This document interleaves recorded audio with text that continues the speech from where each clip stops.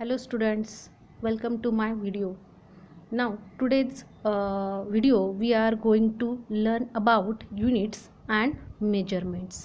तर पहा आपण फिजिक्सचा हा जो फर्स्ट चॅप्टर आहे युनिट्स अँड मेजरमेंट, तर याला आपण काय करतोय, आज सुरुवात करतोय. तर यामध्ये आपण सुरुवातीला अगोदर इंट्रोडक्शन पाहणार आहोत ह्या चॅप्टरचं, आणि त्यानंतर सिस्टीम ऑफ युनिट्स हा जो टॉपिक आहे तो पाहणार आहोत. म्हणजे युनिट म्हणजे काय, त्यानंतर यामध्ये सिस्टीम ऑफ युनिट्सचे डिफरंट जे टाईप्स आहेत ते काय करणार आहोत आपण या ठिकाणी पाहणार आहोत. तर सुरुवात करूया आपण आपल्या चॅप्टरला.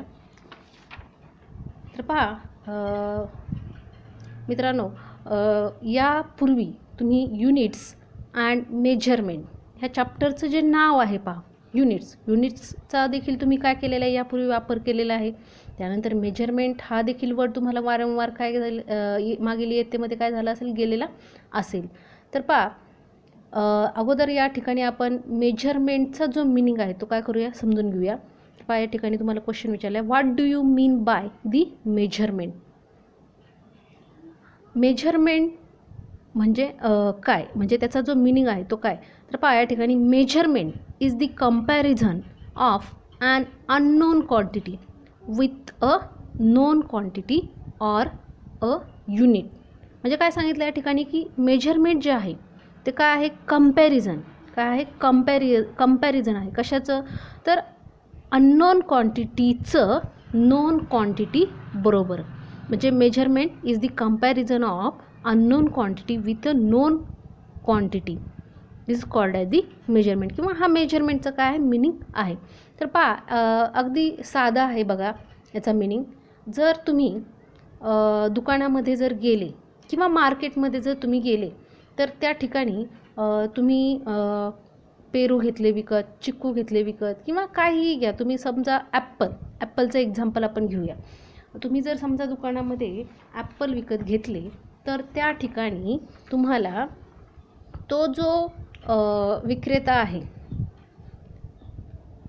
तुम्ही त्याला मागितले की आम्हाला एवढे एवढे ॲपल द्या, तर त्या ठिकाणी पहा तो जे तुम्हाला मोजमाप करून देणार आहे, या प्रकारचा या ठिकाणी तराजू काटा असतो बघा त्यांच्याकडे मोजमाप करण्यासाठी. समजा त्याने काय केले की याच्यामध्ये काय केले, ॲपल टाकले. हे काय, ॲपल. तर तुम्ही सांगितले की आम्हाला एवढे एवढे पाहिजेत, तर हे जे ॲपल आहेत हे काय झाली, अननोन क्वांटिटी झाली. हे काय झाली, अननोन क्वांटिटी झाली. आणि त्या ठिकाणी तो जे काय या ठिकाणी काय करणार आहे, हे मोजून देण्यासाठी माप टाकणार आहे. समजा तुम्ही म्हटले 1 किलो द्या, 2 किलो द्या. फॉर एक्झाम्पल 1 किलो तुम्ही म्हटले 1 किलो काय द्या, आम्हाला सफरचंद द्या, ॲपल द्या. तर त्या ठिकाणी तो काय करेल, त्या ठिकाणी ते 1 किलोचं माप जे आहे ते काय करेल, या ठिकाणी टाकेल. आणि ह्या दोन्हींचं ज्यावेळेस काय होणार आहे, कंपॅरिझन होणार आहे, त्यावेळेस त्या ठिकाणी त्याला म्हणजे आपल्याला काय म्हणता येईल की ही कोणती क्वांटिटी झाली, अननोन क्वांटिटी. आणि ही जे त्याने टाकलेलं मोजमाप आहे किंवा जे वेट आहे ते काय आहे, नोन क्वांटिटी. ही कोणती क्वांटिटी आहे, नोन क्वांटिटी. तर या ठिकाणी पहा काय झालं, आपण म्हटलो ना की मेजरमेंट म्हणजे काय, की या ठिकाणी ही जी अननोन क्वांटिटी आहे, ह्या अननोन क्वांटिटीचं नोन क्वांटिटी बरोबर काय केलं गेलं, मेजरमेंट केलं गेलं. काय केलं गेलं, मेजरमेंट. म्हणजेच काय केलं, या दोघांचं कंपॅरिझन करून त्या ठिकाणी काय झालं, त्या क्वांटिटीचं मेजरमेंट केलं गेलं. किंवा कोणतंही तुम्ही एक्झाम्पल असं, किंवा दुकानात गेले, शुगर घ्यायची तुम्हाला, तुम्ही म्हटले 1 किलो द्या, 2 किलो द्या, काय जी पाहिजे असेल ती. शुगर काय झाली, अननोन क्वांटिटी. आणि तो जे काय वेट त्या ठिकाणी टाकणार आहे, तुम्हाला जेवढ्या वेटची पाहिजे ते वेट काय झालं त्या ठिकाणी, नोन क्वांटिटी. म्हणजे दोन्हींचं काय करणार आहे, तो कंपॅरिझन त्या ठिकाणी करून तुम्हाला मोजमाप करून त्या ठिकाणी ती क्वांटिटी तुम्हाला काय करणार आहे, तो देणार आहे. ठीक आहे. आता पहा या ठिकाणी या डेफिनेशनमध्ये क्वांटिटी काय, डेफिनेशन परत एकदा घेऊया आपण. Measurement is the comparison of an unknown quantity with known quantity or unit. तर या ठिकाणी क्वांटिटी वर्ड आलं आहे पहा, क्वांटिटी आणि युनिट. तर युनिटबद्दल पण आपण पाहणार आहोत. तर क्वांटिटी ऑर युनिट. तर क्वांटिटी म्हणजे काय, तर पहा तुम्ही ऐकलं असेल, क्वांटिटी म्हणजे मराठीमध्ये आपण याला काय म्हणतो, राशी. तर क्वांटिटी म्हणजे काय, राशी. तर ही फिजिकल क्वांटिटी. तर या ठिकाणी आपण ह्या फिजिकल क्वांटिटीबद्दल काय करणार आहे त्या ठिकाणी बोलणार आहोत. पहा आता ही फिजिकल क्वांटिटी म्हणजे काय, तर आपण याचा जो मिनिंग आहे ह्या वर्डचा तो अगोदर काय करूया समजून घेऊया. आता पहा या ठिकाणी समजा तुम्ही काहीतरी चुकीचं केलं आहे आणि म्हणजे काहीतरी जेणेकरून तुमचे आईवडील काय झाले तुमच्यावर रागवले, काय झाले रागवले, किंवा तुम्हाला अभ्यासाचा खूप काय झाला आहे ताण आला आहे की करून काय की डोक्यात बसत नाही आहे आणि मग तुम्हाला काय झालं की ताण स्ट्रेस आला, तुमच्या डोक्यावर काय झाला स्ट्रेस आला. तर मग आता मला सांगा ज्यावेळेस तुमचे आईवडील काय होत आहेत रागवत आहेत तर तुम्ही सांगू शकताय का ते माझ्यावर 10 रागवले का 5 रागवले का, असं एका नंबरमध्ये विशिष्ट सांगू शकतात का, नाही सांगू शकत. म्हणजे एका किंवा स्ट्रेस मला एवढा 25 स्ट्रेस आला आहे किंवा 30 स्ट्रेस आला आहे, नाही असं ते सांगू शकत. आपण आपल्या मित्राला किंवा तुम्हाला कुणाला सांगायचं असेल तर आपण नाही सांगू शकत. ॲक्च्युली हे काय आहे की हे प्रिसाईज नंबरमध्ये आपण सांगू शकत नाही, काय करू शकत नाही, प्रिसाईज नंबरमध्ये सांगू शकत नाही किंवा याला परफेक्ट नंबरमध्ये आपण रिप्रेझेंट देखील करू शकत नाही. तर हे काय झालं, दीज आर क्वालिटीज. ह्या काय क्वालिटीज आहेत की ज्या आपण काय करू शकत नाही एका परफेक्ट नंबरमध्ये किंवा प्रिसाईज नंबरमध्ये लिहू शकत नाही किंवा सांगू शकत नाही. पण जर समजा तुम्हाला काय केलं की नोटा दिल्या मोजायला, पैसे दिले, 100च्या नोटा दिल्या समजा, ठीक आहे, तर तुम्ही काय करू शकता त्या नोटा काय करू शकता मोजू शकता. किंवा तुम्हाला सांगितलं की हे काहीतरी दिलं तुम्हाला, फॉर एक्झाम्पल टेबलची काय सांगितली तुम्हाला लेंथ मोजायला सांगितली, तर तुम्ही काय करू शकता ती टेबलची लेंथ देखील काय करू शकता मोजू शकता की काय जे असेल ती. किंवा वेट सांगितलं करायला तुम्हाला, किंवा एखादा क्यूब दिला आणि त्या क्यूबचा तुम्हाला काय सांगितलं व्हॉल्यूम किंवा एरिया काढा, तर तुम्ही काय करू शकता त्या ठिकाणी त्याचंही देखील मेजरमेंट करू शकता किंवा काढू शकता.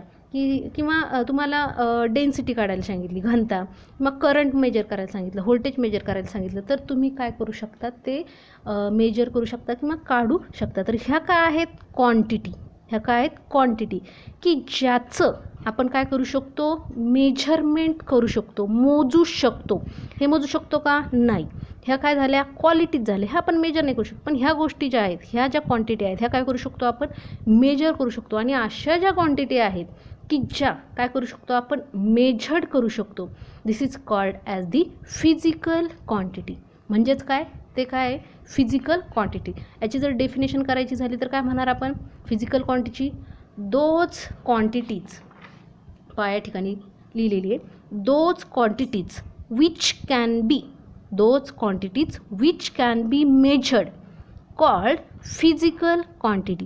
म्हणजे ज्या काही क्वांटिटी आहेत त्या काय करू शकतो ज्या क्वांटिटी आपण काय करू शकतो मेजर्ड करू शकतो त्या म्हणजे कोणत्या क्वांटिटी झाल्या फिजिकल क्वांटिटी झाल्या. आता बघा physical quantity is the numerical value into the unit.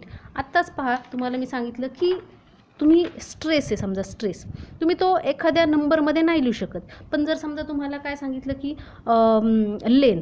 Length किंवा तुम्हाला असं सांगितलं की तुम्ही जाऊन आले तर तुम्ही म्हटले की मी 5 किलोमीटर जाऊन आलो. किंवा एखाद्या वस्तूचं तुम्ही काय केलं वजन केलं 20 किलो किंवा 50 किलो काही. तर या ठिकाणी हा जो 5 आहे इथे घेऊ आपण 50 किलोग्रॅम एखाद्या वस्तूचं काय केलं मास केलं. तर या ठिकाणी हा जो 50 आहे हा काय झाला नंबर झाला, ही काय झाली एक न्यूमरिकल काय झाली व्हॅल्यू झाली. आणि या ठिकाणी हा जो केजी आहे किलोग्रॅम आहे हा काय झाला युनिट झाला, काय झाला युनिट झाला. म्हणजे याशिवाय ही राशी काय होत नाही पूर्ण होत नाही. म्हणजे फिजिकल क्वांटिटी म्हणजे काय आहे की या ठिकाणी physical quantity is equal to काय numerical value into the unit. तर या ठिकाणी एक्झाम्पलमध्ये बघा लेंथ मेजर करू शकतो आपण, त्यानंतर टाईम जो आहे तो सेकंदमध्ये आपण काय करू शकतो मेजर करू शकतो. त्यानंतर वेट जे आहे वेट देखील आपण मेजर करू शकतो एखाद्या वस्तूचं करायचं असेल तर.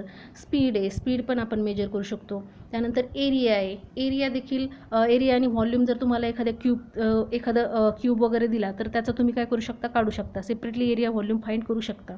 त्यानंतर डेन्सिटी आहे डेन्सिटी देखील तुम्ही मेजर करू शकता.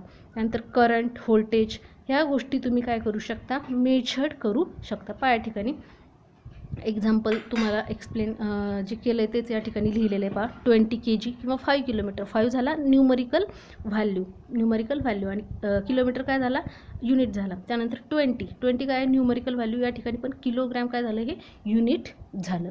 ठीक आहे, हे झालं फिजिकल क्वांटिटीबद्दल.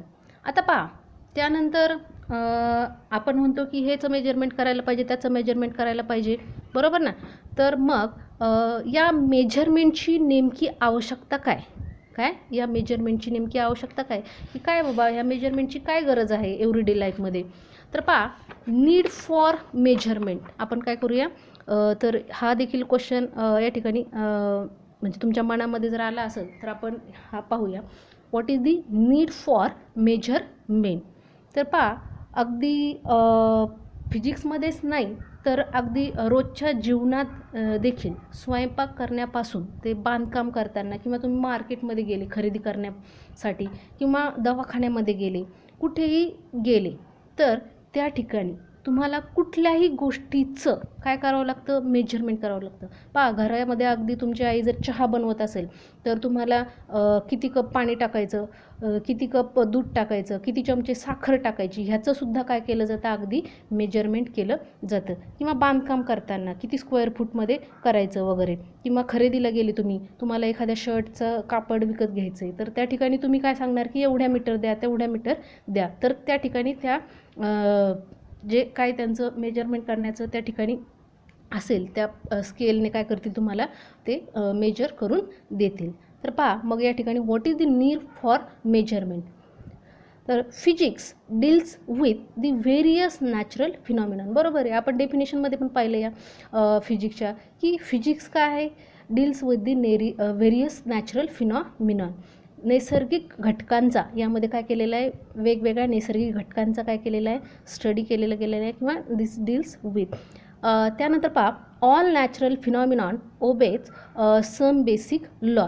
आता पहा आपण म्हणू की पहा चंद्र काय होतो पृथ्वीभोवती फिरतो, किंवा अजून झाडावरून फळ खाली का पडलं तर या ठिकाणी काय होतात याला काही नियम लागू होतात.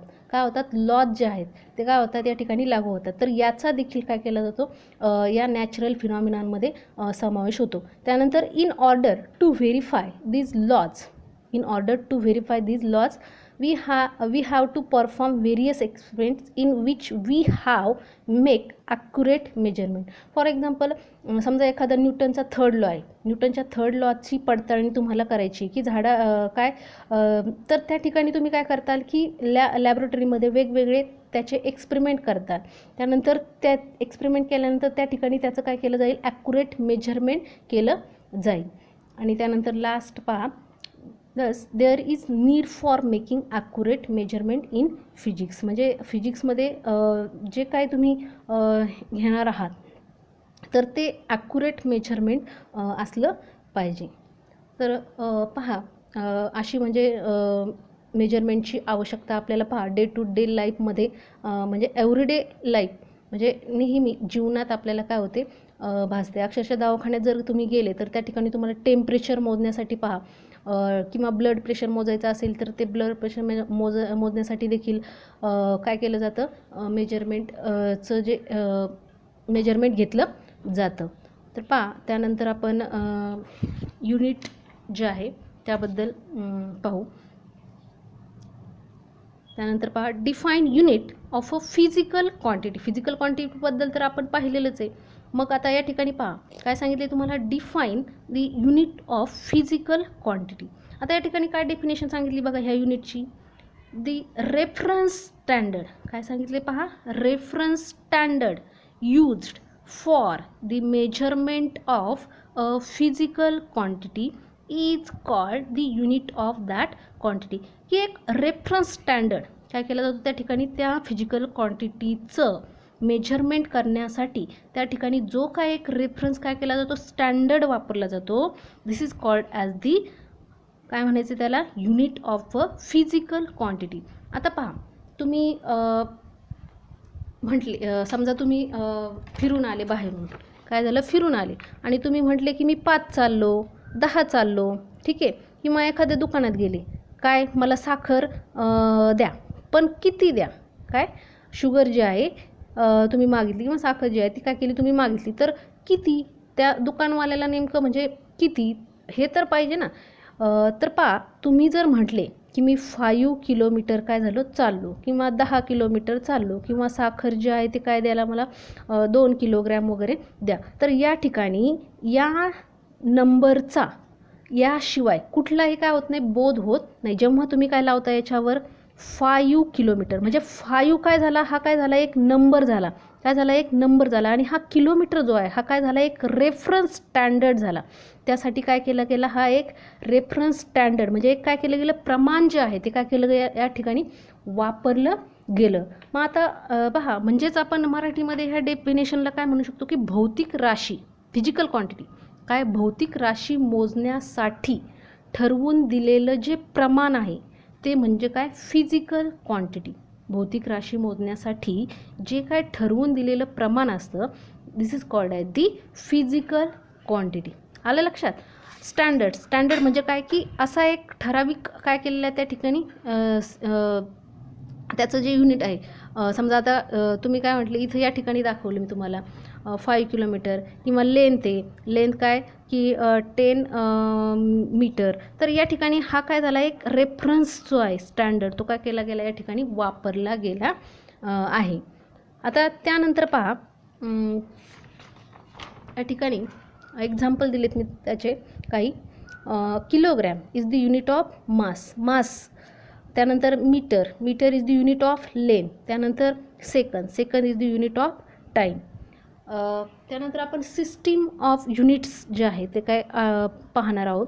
तर पहा या ठिकाणी हे जे सिस्टीम ऑफ युनिट आहे, युनिटबद्दल तर आपण पाहिलंच आहे. ॲक्च्युली युनिट मीन्स काय सांगितलं तुम्हाला, this the reference standard used for the measurement of physical quantity is called as the unit of that quantity. मग आता हे जे युनिट आहे ह्या युनिटच्या वेगवेगळ्या सिस्टीम्स आहेत पहा, डिफरंट सिस्टीम ऑफ युनिट्स की ज्या तुम्ही आत्तापर्यंत शिकलेले आहात, गेलेलेही असतील तुम्हाला मागील इयत्तेमध्ये. पहा आता या ठिकाणी त्या सिस्टीम काय करण्यासाठी त्यांचे जे युनिट आहेत ते राईट करण्यासाठी या ठिकाणी काय केलेलं आहे 3 फिजिकल क्वांटिटी घेतलेल्या आहेत पहा. जसं की लेंथ, मास आणि टाईम. लेंथ, मास आणि टाईम. आता पहा या ठिकाणी CGS सिस्टीम आहे. पहिली काय आहे CGS सिस्टीम आहे. 4 डिफरंट सिस्टीम आहेत पहा या युनिटच्या. तर पहिली आहे CGS, दुसरी आहे MKS आणि तिसरी आहे FPS आणि चौथी आहे SI. तर पहा या ठिकाणी CGSमध्ये लेंथ जी आहे ती कशामध्ये मेजर केली जाते सेंटीमीटर. त्यानंतर मास जे आहे ते कशामध्ये मेजर केलं जातं जी फॉर ग्रॅम. आणि टाईम जो आहे तो काय सेकंदमध्ये या ठिकाणी घेतला जातो. त्यानंतर आता MKSमध्ये लेंथ जी आहे ती कशामध्ये मेजर केली जाते मीटरमध्ये. मास जे आहे ते कशामध्ये मेजर केलं जातं किलोग्रॅममध्ये. टाईम जे आहे तो कशामध्ये मेजर केला जातो सेकंदमध्ये. म्हणजे टाईम जो आहे तो काय सेम मेजर केला जातो. त्यानंतर FPS आहे बघा, FPS सिस्टीम आहे. याच्यामध्ये लेंथ जी आहे ती कशामध्ये मेजर केली जाते फूटमध्ये. त्यानंतर मास जे आहे ते पाऊंडमध्ये. टाईम जो आहे तो काय सेकंदमध्ये. तर या ठिकाणी ही जी FPS सिस्टीम आहे ह्या दोन्ही तर आपण वापरतोच, पण ह्या ठिकाणी FPS जी आहे ही ब्रिटिश लोक जे आहेत ब्रिटनमध्ये काय केली जाते ही सिस्टीम जास्त करून वापरली जाते. तर या ठिकाणी आपण देखील कधी कधी पहा फूटचा वापर करतो. या ठिकाणी आपण म्हणतो ना किती स्क्वेअर फूट वगैरे, तर फूटचा किंवा एवढं फूट तेवढं फूट, तर याचा वापर आपण काय करतो कधी कधी करतो. त्यानंतर पहा चौथी जी सिस्टीम आहे SI सिस्टीम इंटरनॅशनल किंवा इंटरनॅशनल सिस्टीम. तर ही जी सिस्टीम आहे आता पहा काय झालं की समजा आता या ठिकाणी जर वेगवेगळ्या देशांनी या ठिकाणी वेगवेगळे जर युनिट्स काय केले यूज केले, म्हणजे काही शास्त्रज्ञांनी शोध लावले तर त्याचं युनिट दुसऱ्या देशात जे घेतलं जातं त्याच्यामध्ये कन्वर्ट करायचं, असा गोंधळ ज्यावेळेस व्हायला लागला त्यावेळेस पहा काय केलं गेलं की एकच सिस्टीम या ठिकाणी किंवा एकच युनिट जे आहे ते काय करायचं बा या ठिकाणी मी सांगते.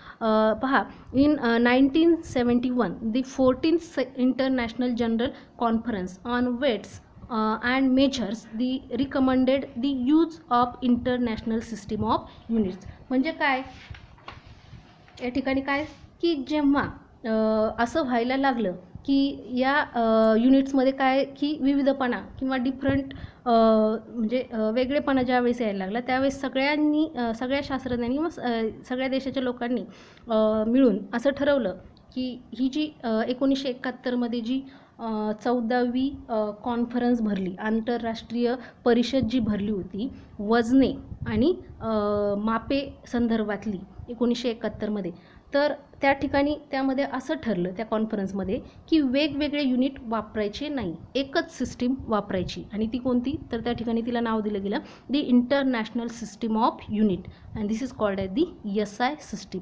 तर पहा, ह्या अशा 4 सिस्टीम्स आहेत, खूप सोप्या आहेत. पहा, ह्या तुम्हाला गेलेल्या देखील असतील इथून मागच्या इयत्तेमध्ये, तर अगदी सोप्या आहेत. आणि ह्या आपल्याला नेहमी काय करायचे आहेत, यूज करायचे आहेत. हे जे युनिट आहेत ना, हे CGS म्हणा, MKS म्हणा, आपण बघा लिहितो, write the unit of CGS, write the unit of SI system. तर तुम्हाला नेहमी विचारलं जातं युनिट लिहा SI सिस्टीममध्ये. तर ह्या ज्या आहेत ह्या काय करायच्या आहेत, आपल्याला यूज करायचं आहे. त्यामुळे प्रत्येकाने काय करायचं, हे लक्षात ठेवायचं आहे.